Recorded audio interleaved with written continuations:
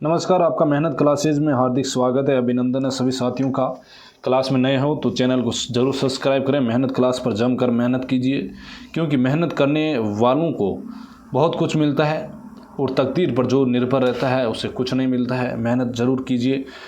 और साथियों, आपका ये सामने जो है पहला सवाल है, क्योंकि ये प्रश्न आपके लिए बहुत महत्वपूर्ण रहेंगे, क्योंकि जो प्रतियोगिता परीक्षाएँ हैं उसमें जो मेहनत क्लासेस से कई सवाल जो है आपके बीच में, यदि आप लगातार पढ़ाई करते हैं तो आपको ज़रूर इसमें लाभ होगा।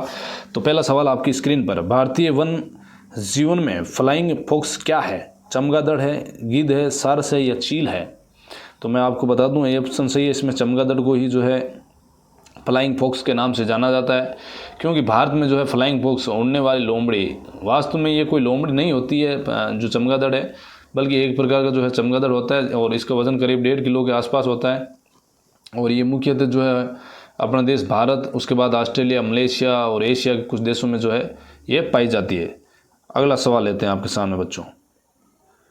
एक स्थान पर बंदरों की सब प्रजातियां पाई जाती है और वह स्थान कौन सा है बच्चों, बताइए।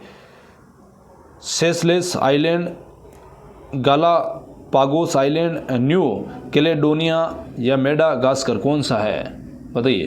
तो इसमें आपके डी ऑप्शन सही है, जहाँ पर जो है बंदर की सब प्रजातियां पाई जाती है मेडागास्कर में। और जो मेडागास्कर है वो अफ्रीका के दक्षिणी तट के पास जो है हिंद महासागर है, वहाँ पर एक ये द्वीप है, ये द्वीपीय देश है। और यहाँ बंदरों की लगभग 100 प्रजातियाँ बताई जाती है। 100 प्रजातियाँ हैं, वो बंदरों की अलग अलग पाई जाती है बच्चों। ठीक है, आगे बढ़ते हैं। अफीम पौधे के किस भागों में पाया जाता है? अफीम वैसे मुख्य रूप से जो है राजस्थान, मध्य प्रदेश और उत्तर प्रदेश में इसकी जो है भारी मात्रा में खेती होती है अफीम की। और बात करते हैं तो राजस्थान में जो है चित्तौड़गढ़ हो गया, आपके प्रतापगढ़ है, इधर जो है भारी मात्रा में भीलवाड़ा, इधर अफीम की जो है खेती की जाती है। पत्ती, तना, पोस्त या इनमें से कोई नहीं? तो बच्चों याद रखना कि ये पोस्त होता है, इसमें जो है अफीम के पोस्त होते हैं और इसमें से जो है चेरा लगा लगा के वो अफीम प्राप्त की जाती है, दूध पाया जाता है। और ये एक फूल की तरह होता है बच्चों, है ना। आगे बढ़ते हैं, अगला सवाल लेते हैं। एनवायरनमेंट एक्ट कब पारित किया गया था? जो एनवायरनमेंट एक्ट था वो कब हमारे देश में पारित किया गया था? 1985, 1986, 1995 या 1996? तो बी ऑप्शन सही होगा बच्चों आपके बीच, क्योंकि भारत में जो एनवायरनमेंट एक्ट है वो 1986 में जो है पारित किया गया था। और इसका उद्देश्य था कि पर्यावरण की जो है सुरक्षा करना। और ये जो है संविधान के अपने 253 आर्टिकल 253 में है, और इसमें लिखा गया है पर्यावरण के बारे में, जो पर्यावरण प्रदूषण को लेकर, और 253 में जो है अनुच्छेद में है ये ना बच्चों। आगे बढ़ते हैं। औरंग राष्ट्रीय उद्यान किस प्रदेश में है, यानी कि कौन से राज्य में है अपने इंडिया में? अरुणाचल प्रदेश, असम, मणिपुर या मेघालय? तो बी ऑप्शन सही है आपके बीच में। जो औरंग राष्ट्रीय उद्यान है वो असम में है। और बात करें असम में तो ये जो दरंगा और सोनीतपुर ज़िले में जो है ब्रह्मपुत्र नदी है के उत्तर में ये स्थित है ना, औरंग राष्ट्रीय उद्यान बच्चों, याद रखना, क्योंकि बहुत सवाल पूछे जाते हैं इससे संबंधित, जो है उद्यानों से संबंधित, है ना। अगला सवाल, कौन सा राष्ट्रीय उद्यान अंडमान निकोबार द्वीप में नहीं है? बटन आइलैंड राष्ट्रीय उद्यान, माउंट हैरियट राष्ट्रीय उद्यान, मोइलिंग राष्ट्रीय उद्यान, वंडूर मरीन राष्ट्रीय उद्यान? तो बताइए बच्चों कौन सा है।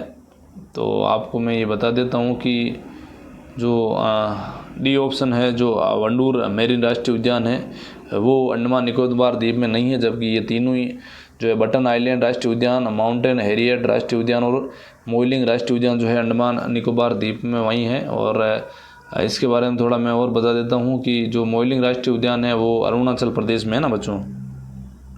और अच्छा, ये सॉरी, इसमें भी सी ऑप्शन सही है बच्चों, है ना, गलती से हो गई, सॉरी। वंडूर मेरीन राष्ट्रीय उद्यान भी वहीं है। आपके मोइलिंग राष्ट्रीय उद्यान है वो अरुणाचल प्रदेश में है ना। ठीक है बच्चों, आगे बढ़ते हैं। अगला सवाल,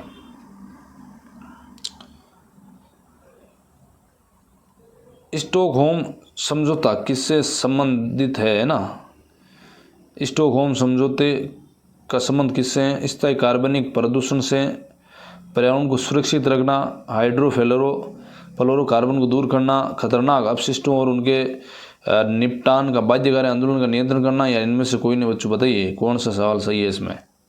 तो आपको मैं बता देता हूँ कि इसमें जो है स्थायी कार्बनिक प्रदूषक से जो पर्यावरण को है वो सुरक्षित रखना है इसका मकसद। और जो स्टॉकहोम समझौता है एक स्थायी समझौता है और इसका उद्देश्य जो है स्थायी कार्बनिक प्रदूषक से जो है पर्यावरण को सुरक्षित रखना है ना बच्चों। बहुत बढ़िया जवाब।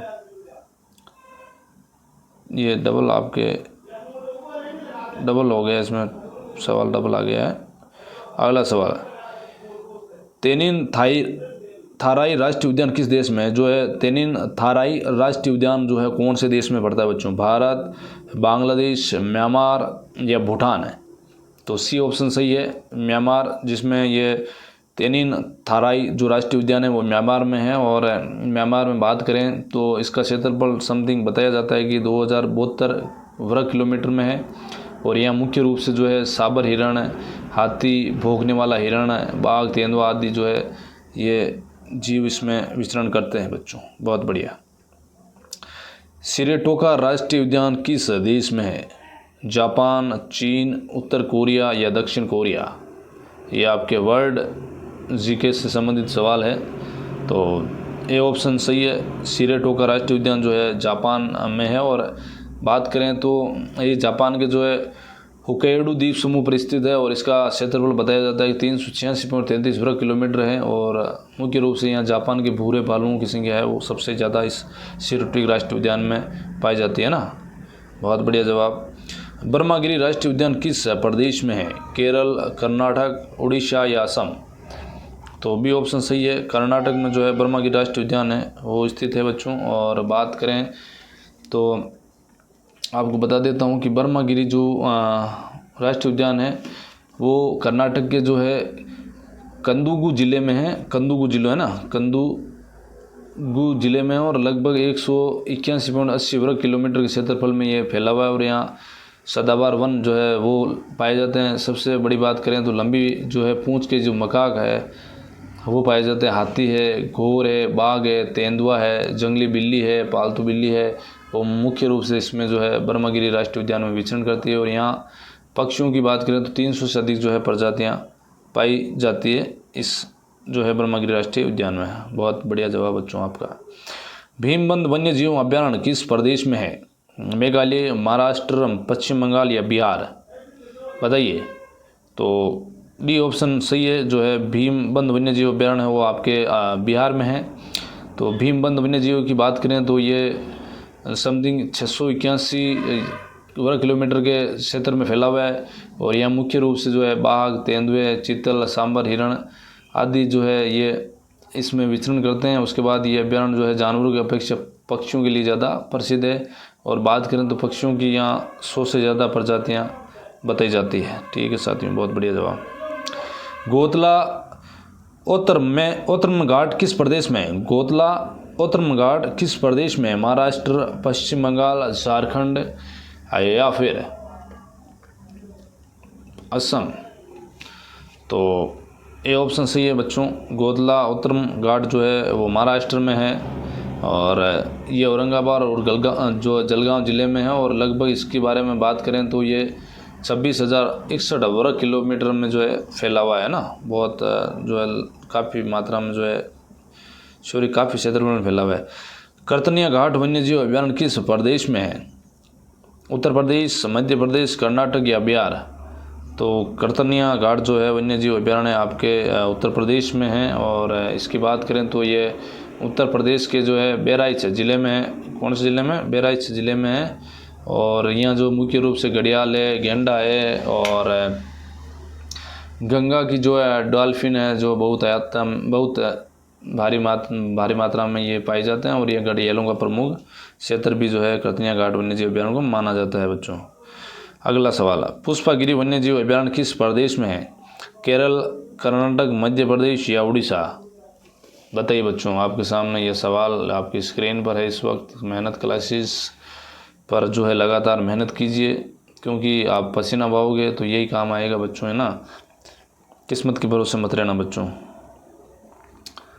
तो कर्तनिया जो है वन्य जीव अभ्यारण्य आपको बता दूं कि कर्नाटका में है, और ये जो कर्नाटक के जो कोडुगु जिलों में सोमवारपेट तालुक में है, और इसका क्षेत्रफल 102.59 वर्ग किलोमीटर में जो है फैला हुआ है, और यहाँ मुख्य रूप से हाथी, बाघ व आदि जीव पाए जाते हैं। अगला सवाल,